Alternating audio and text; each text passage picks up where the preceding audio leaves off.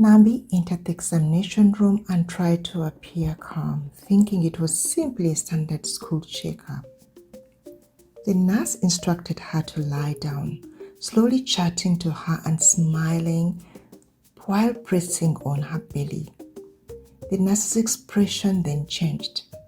"Nambi, my love," she said, "I have a question for you.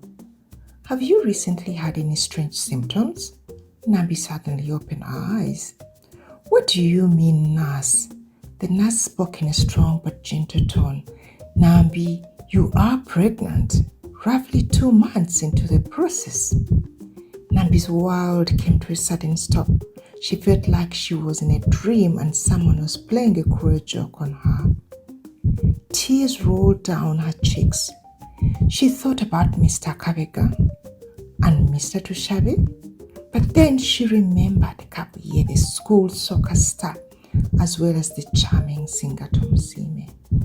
Her heart skipped a beat upon realizing that she didn't know who the father was. She had been with all of them. She knew her parents would really be upset and she would get kicked out of school, so she quickly reached into her pocket and took out a bundle of cash.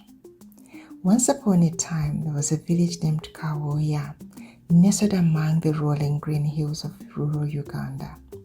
This village buzzed with life every morning as roosters crowed, children chased each other, and women fetched water from the river. Kawoya was a place where everyone knew everyone, and news traveled faster than a bolt of lightning.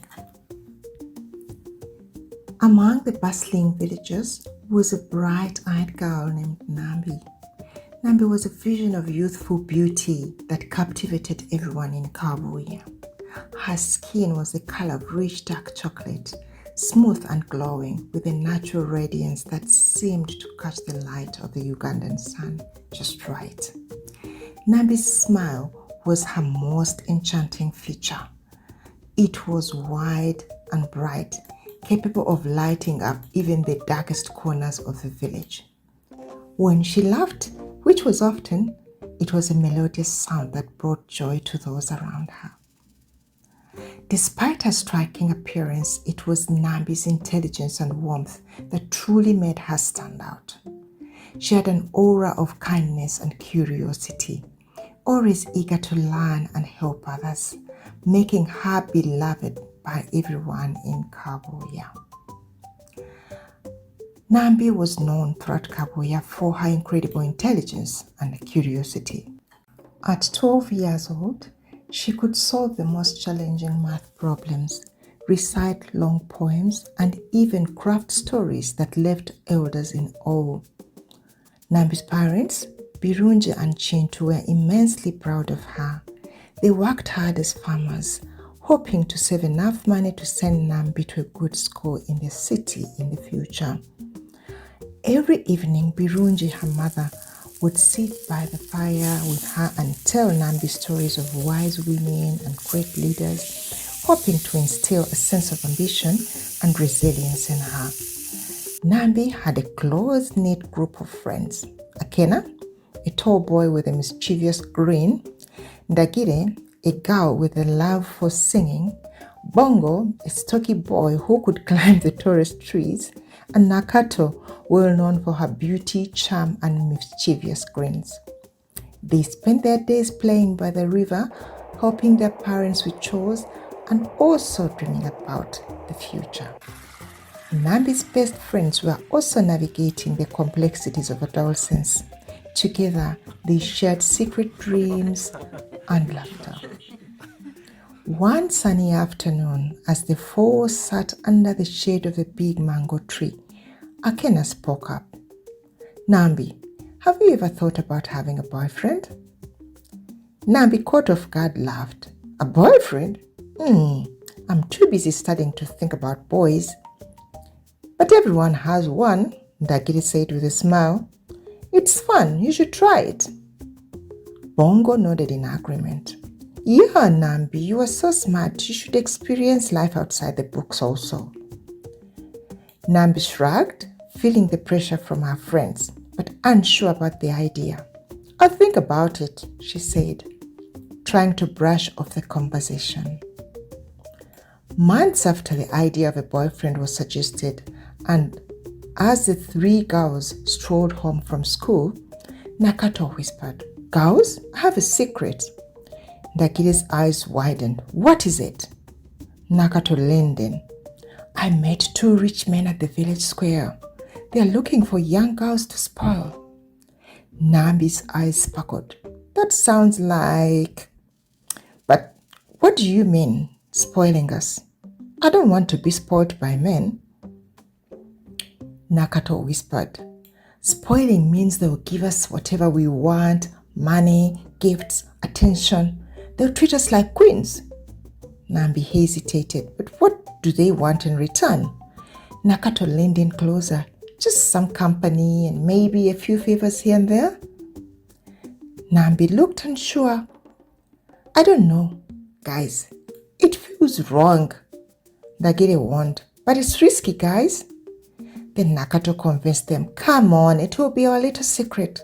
Come on, Nambi, it's just a little fun. And think of all the nice things we'll get." Nambi looked at her friends, who were both grinning mischievously. She finally agreed. "Okay, fine, but just this once." The next 2 weeks, Nakato introduced Nambi to the two men. First, Mr. Kabega, a wealthy businessman, and a week later, Mr. Tushabe, a high-ranking government official. Nambi later learned they were both married, but their wives had given birth to only girls. Anyway, each promised Nambi a life of luxury and excitement. Mr. Kavega was a portly man in his late 40s with a thick beard and a booming laugh. He owned several businesses in the village and was known for his generosity. While Mr. Tushabe was tall, slender, in his early 50s with a stern expression and a sharp mind. He was a respected leader in the community and commanded respect from everyone. As Nambi spent more time with Mr. Kavega and Mr. Tushabe, her friends Nakato and Ndagire also started to benefit from their connections. Nakato began dating Mr. Kavega's nephew, a handsome young man named Tendo, while Ndagire began to receive gifts and money from Mr. Tushabe's son, a wealthy businessman named Tomusime. The three girls would often meet up to compare their gifts and share stories of their adventures. Nakato would giggle about Tendo's romantic gestures, while Ndagire would show off her new clothes and jewelry. Nambi would join in sharing stories of her exploits with Mr. Kavika and Mr. Tushabe.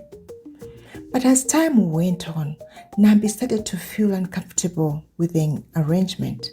She tried to talk to Nakato and Ndagire about her concerns, but they just laughed her off, saying she was being too serious. Now, as time passed, Nambi's friend Bongo introduced her to two well-known schoolmates, Kabuye and Musime, without realizing that she already had two other men. Kabuye, a remarkable soccer player, and Musime, the lead singer of the school choir, left a lasting impression on Nambi. She was in awe, exclaiming, "Wow, they are so charming." So when Akena learned of them, he told Nambi it was good that they also are great at math and science. So our Nambi now had 4 boyfriends, 2 in school and 2 in the village. 6 months into these relationships, Nambi's academic performance started to suffer as a result of skipping class, constant fatigue, and lack of focus. This happened because she had little time to revise after school, because she often had to meet up with Mr. Tushabe and at other times with Mr. Kaviga or the other 2 boys in school. The teacher's concern forced her to ask Kabuye to help her with most of her homework so she could just hand it in the following day. To her surprise, and with Kabuye's help, her grades began to improve. Tumusime, on the other hand, showed her how much he appreciated her by singing heartfelt romantic songs for her. Nambi felt special and over the moon. Although Nambi enjoyed her double life, it began to take a toll on her. She would sneak out at night, tell her parents she was going to a sleepover with her friends, or to help an elderly family friend who was both deaf and mute and lived a few miles from her home. Her friends also made up stories to tell their parents whenever they were planning to meet with their boyfriends. When they would meet for a drink or a chat away from their village, they would reassure each other, "It's just innocent fun, and we're living our best lives." So, as the new term began, Nambi was excited to reunite with her friends and schoolmates. But little did she know her life was about to take a dramatic turn. The school had announced a mandatory health checkup for all girls, and Nambi reluctantly joined the queue. As she waited, she joked with her friends, "I hope they're not going to give us a shot or something." Nakato replied, "Don't worry, it's just a routine checkup, unless you're hiding something." Nambi playfully rolled her eyes and looked the other way. But when the nurse called her name, Nambi's heart began to race. She walked into the examination room, trying to appear calm. The nurse asked her to lie down, and Nambi closed her eyes, thinking it was just a routine checkup. But then the nurse's expression changed. "Nambi, sweetie, I need to ask you something. Have you been feeling any unusual symptoms lately?" Nambi's eyes opened. "What do you mean, nurse?" The nurse's voice was gentle but firm. "You are pregnant, Nambi. About 2 months along."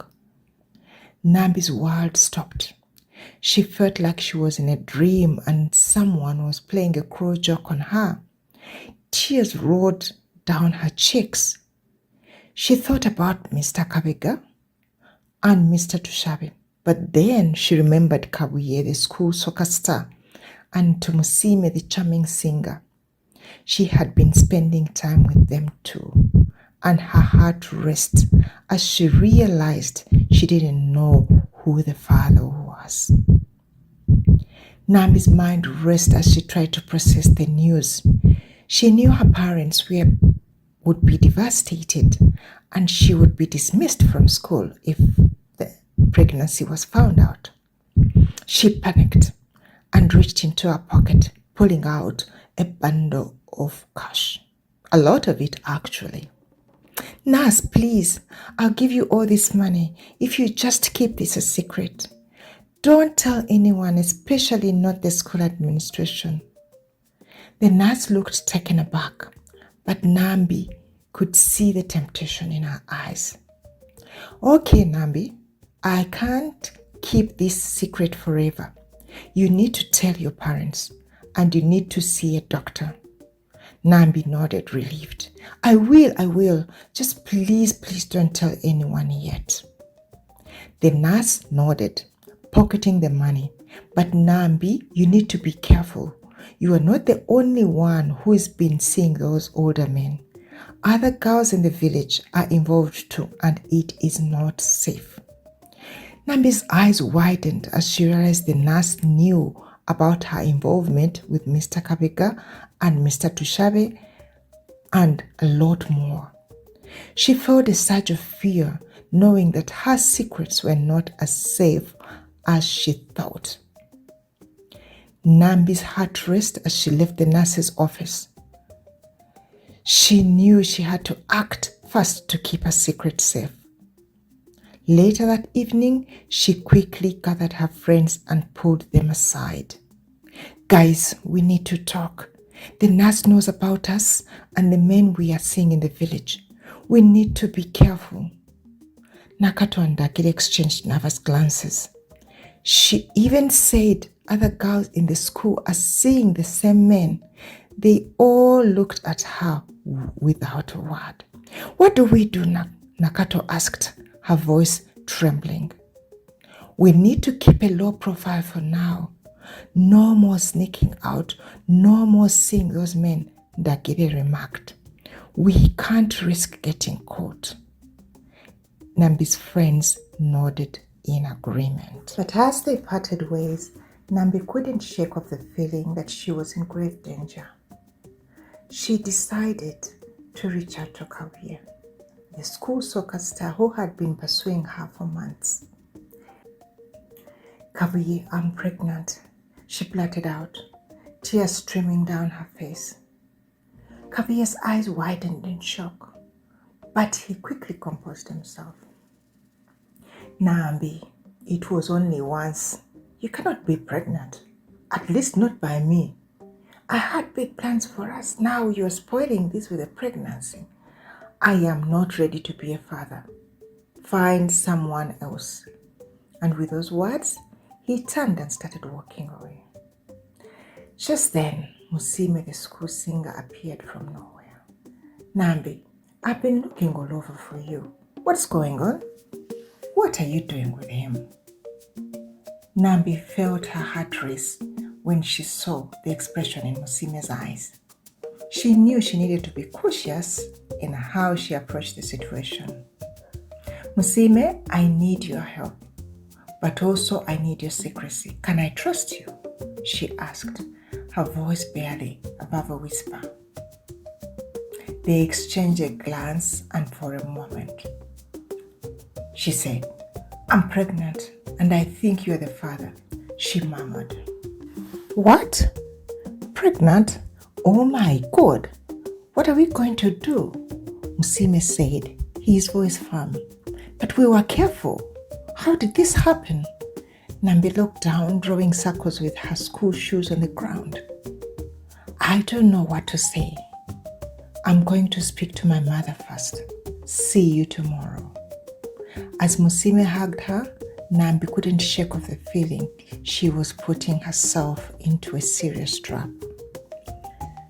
As the days went by, Nambi struggled to keep her double life and pregnancy a secret. The danger of the pregnancy being discovered loomed over her like a shadow. She knew that one misstep would lead to a catastrophic fallout, and her world would come crashing down. Nambi knew she had to think fast. She decided to confide in her friends, Nakato and Ndakide. Guys, I'm in trouble. I'm pregnant, she said, tears streaming down her face.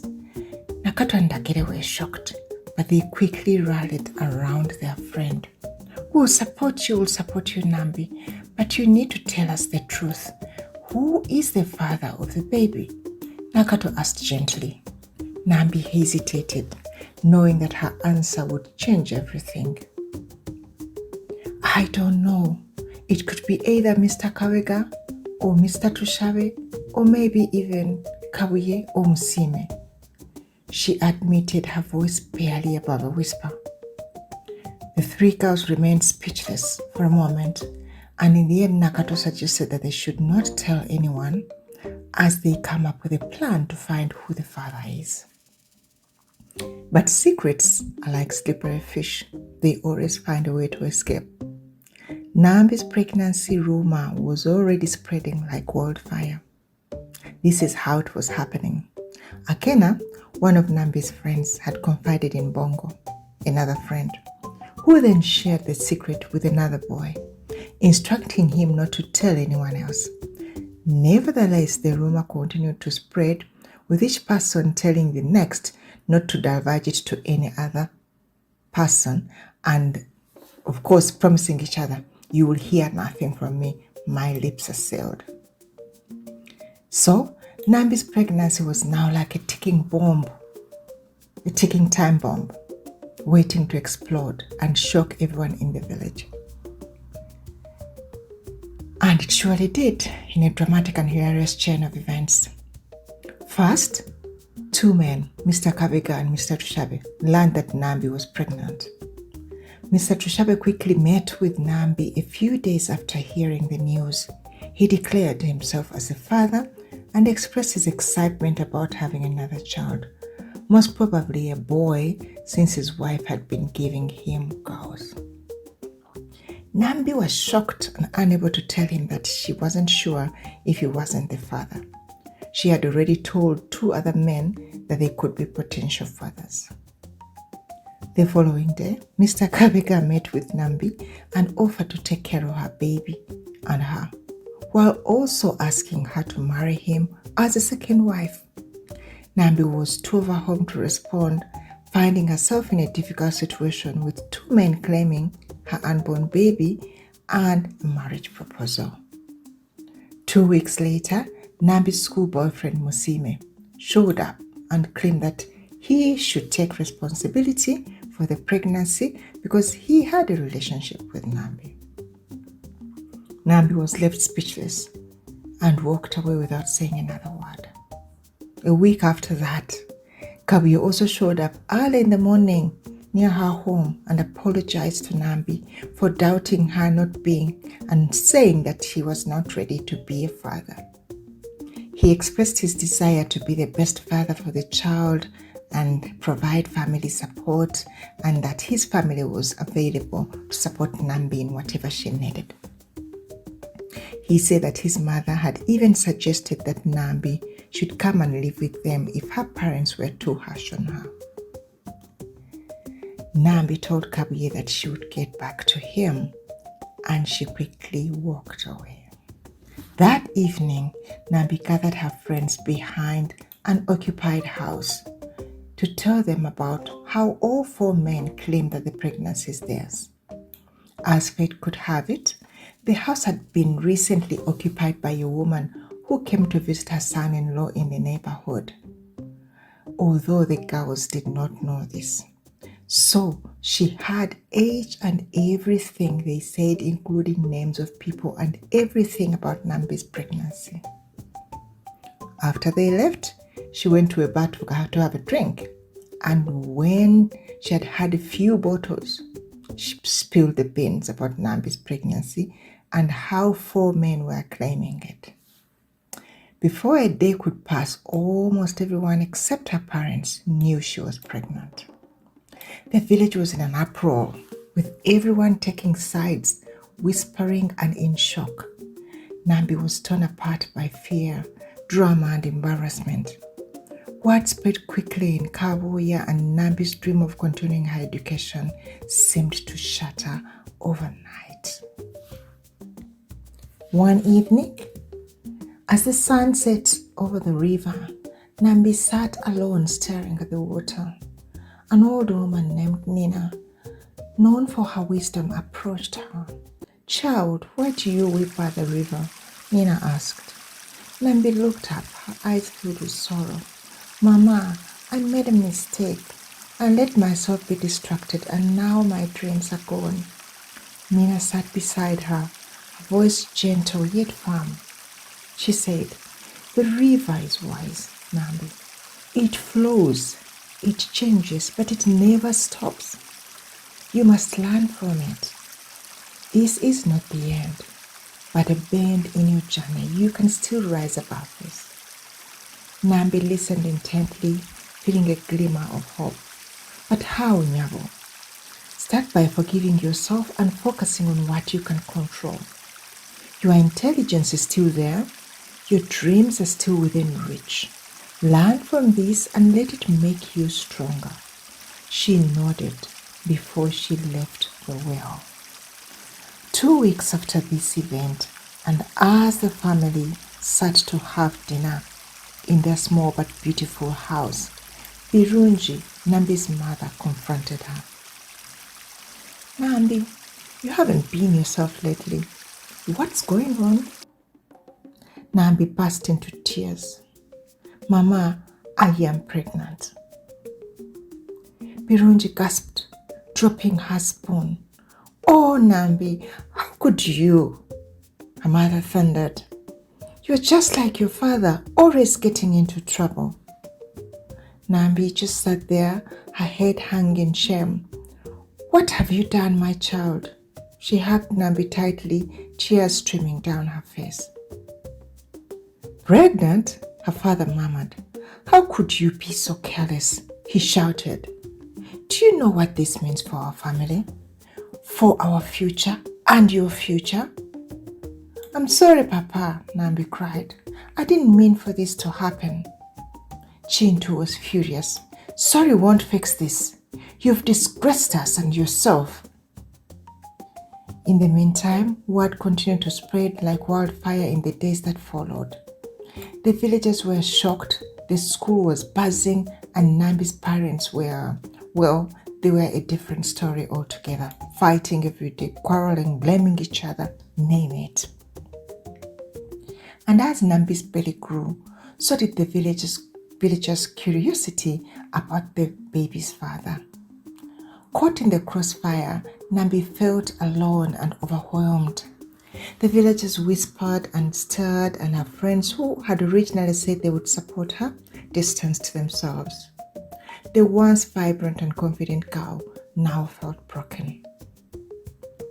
Kabuye and Musime were confronted by their parents and the village elder Asio. Who is responsible for Nambi's condition? They demanded. Both boys said, we are responsible. Asio got confused and just left, swearing not to rest until she gets to the bottom of this saga. One night, Birunji, Nambi's mother, secretly gathered the village women and devised a plan to uncover the truth. They would perform a traditional ritual using ancient wisdom to reveal the father's identity. But unknown to her, Nambi's father had already sought the help of Muchala Kalipala, the wise village woman who told him that the father of the unborn child was a young man and he would show himself. He just needed to sit and wait. A few days later, Nambi's mom revealed to her father that the ancestor had spoken to her about who the father of the unborn child is. She told Nambi's father, the father of our child is not from this village, she said. He is a stranger in a rival village, and his identity will only be revealed when the time is right. Mr. Chintu was torn between believing his wife or what Muchala Kalipala had told him. In the village, the two men in Nambi's life, Mr. Tushabe and Mr. Kabega, realized that they are both interested in the same girl and that each could be the father of the unborn baby. So whenever they met at the local bar, Mr. Kabega would boast, I am the one who impregnated her. I am the richest man in the village after all. Mr. Tushabe countered, no way, I am the one who swept her off her feet. On the other hand, Kabuye and Musime, the two schoolboys, were like two roosters fighting over a hen. I am the father. I am the one who loves her, they argued. Now, dear listener, all four men claimed the pregnancy was theirs. It was like a ridiculous game of who is the father. The villagers were entertained while the school was in chaos, and Nambi was, she was just trying to survive the drama. One fateful evening, Mr. Tushabe confronted Mr. Kabega, and what began as a discussion turned violent. In a moment of anger, Mr. Tushabe struck Mr. Kabega on the head with a bottle, causing him to fall heavily onto the cement floor of a bar where they were drinking from. Unfortunately, Mr. Kabega never regained consciousness. The village now turned their eyes on Nambi, blaming her for the death of Mr. Kabega. She had gotten involved with the several men, causing two of them to fight and resulting in one losing his life, they murmured. Mr. Tushabe was immediately arrested and Nambi got into a great shock that left her unable to talk for a few months to come. As the news spread, Nambi's parents were bombarded with questions from curious villagers. How could you let this happen? What kind of parenting is this?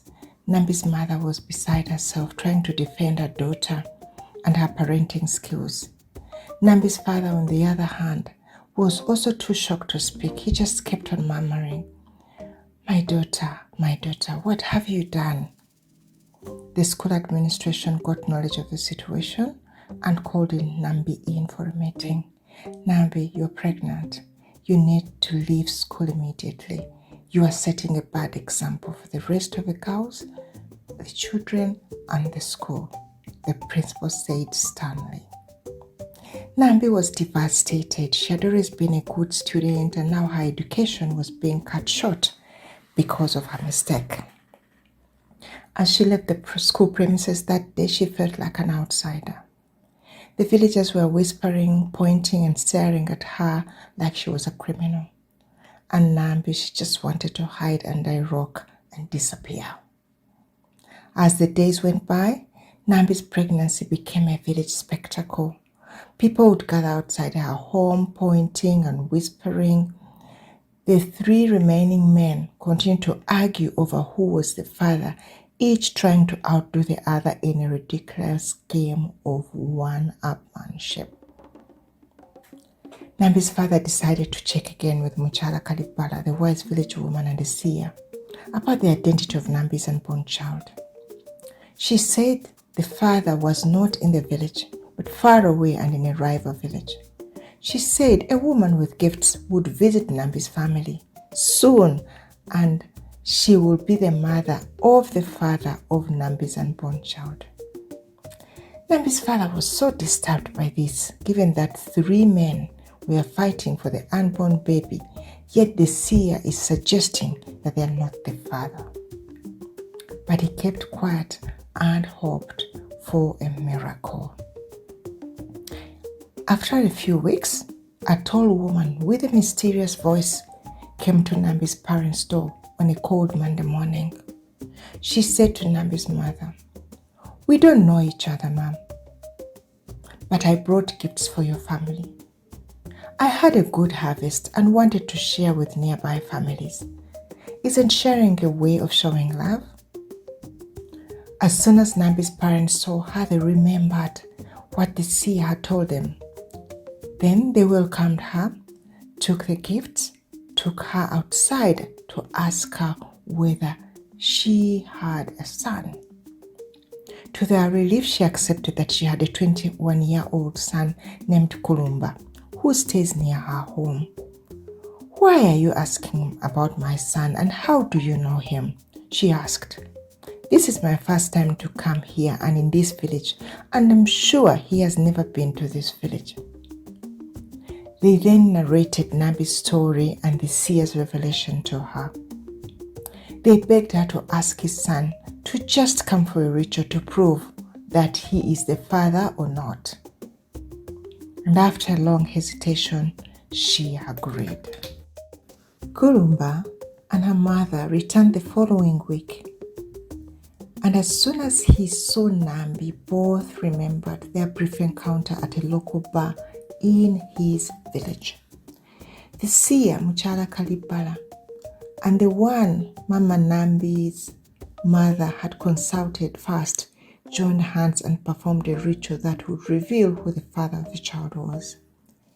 They said, if all the men failed the test, it would mean that the dead man, Mr. Kaveka, would have been the father. Very early that morning, they boiled herbs in a pot, and after cooking them for hours, they called the 4 men to come to the ritual. The seers explained that each of the men was to wrap themselves in blankets and steam. If a rooster approached and crowed 5 times while one of them was steaming, then he would be identified as the rightful father of Nambi's unborn child. And so the ritual began, and each of the 2 boys and Mr. Tushave, with his handcuffs from prison, took their turn to steam. But nothing happened until it was Kulumba's turn. As soon as he started steaming, a rooster appeared out of nowhere and crowed 5 times. The gathered villagers knew without a doubt who the father of Nambi's unborn child was at that moment. They went on to another ritual for the final confirmation. Muchala Kalipala, the village wise woman, declared The final test will reveal the true father. Let the spirits of our ancestors decide. She led the 4 men and Nambi to a sacred corner where a glowing tree stood tall. She chanted ancient words, and the tree began to glow brighter. Suddenly, an ethereal light enveloped the men, and their shadows appeared on the ground. The shadows began to move, revealing their true connections to the baby. First, Kavi's shadow faltered. Musime's shadow disappeared, and Mr. Chari's shadow turned grey. But Kulumba's shadow merged with Nambi's shadow, forming a single strong silhouette. The villagers gasped in awe. Mama Kalimchala Kalibala declared, "The spirits have spoken. Mr. Kulumba, you are the true father." As the light faded, a small shimmering stone appeared in Mchala Kalibala's hand. "This is the stone of truth," she said. "It will glow whenever the true father is present." The stone began to glow brightly, confirming Mr. Kulumba's fatherhood. The villagers cheered and Nambi forced a smile, knowing the truth was finally revealed. A few weeks later, Kulumba's family, eager to protect their reputation, offered a compromise. They would acknowledge paternity if Nambi agreed to marry Kulumba. But Nambi was torn, unsure if she was ready for marriage and a life tied to a rival village. Remember, listeners, Nambi was only 17 at that time. So, Nambi made a difficult decision. She refused the Kulumba's family offer, choosing instead to focus on her personal growth and well-being of her unborn child. The villagers' gossip and judgment intensified, but Nambi found solace in her mom's wisdom. Then the day of the child's birth arrived, and the villagers gathered to celebrate. Just as the baby was born, a mysterious energy swept through the village, signaling the breaking of the centuries-old curse between the two villages, the one where Nambi lived and the other where Kulumba lived. The villagers rejoiced, knowing that Nambi's child had brought peace and unity to the rival villages. Nambi, now a young mother, realized that her journey had taught her valuable lessons about responsibility, self-love, and the power of her own decisions. Despite this scandal, Nambi's parents slowly came to terms with the situation. Birunji, Nambi's mother, though heartbroken, stood by her daughter, while Chintu, the father, after much reflection, softened his stance, realizing that anger would not change the past. With the support of her parents and the village, Nambi slowly got back on her feet. She named the baby boy Tusubira, which means we hope. Determined to be a role model for her son, Nambi resumed her studies, this time with a deeper understanding of life's complexities. Her friends, who had also learned a valuable lesson, stood by her side, offering their unwavering support. Together, they helped Nambi balance her responsibilities as a mother and as a student. Years later, Nambi graduated with honors, becoming a teacher in Kabuya. She used her story to inspire young girls, teaching them the importance of education, self-respect, and making wild choices. Nambi's journey was not easy, but it was filled with lessons and growth.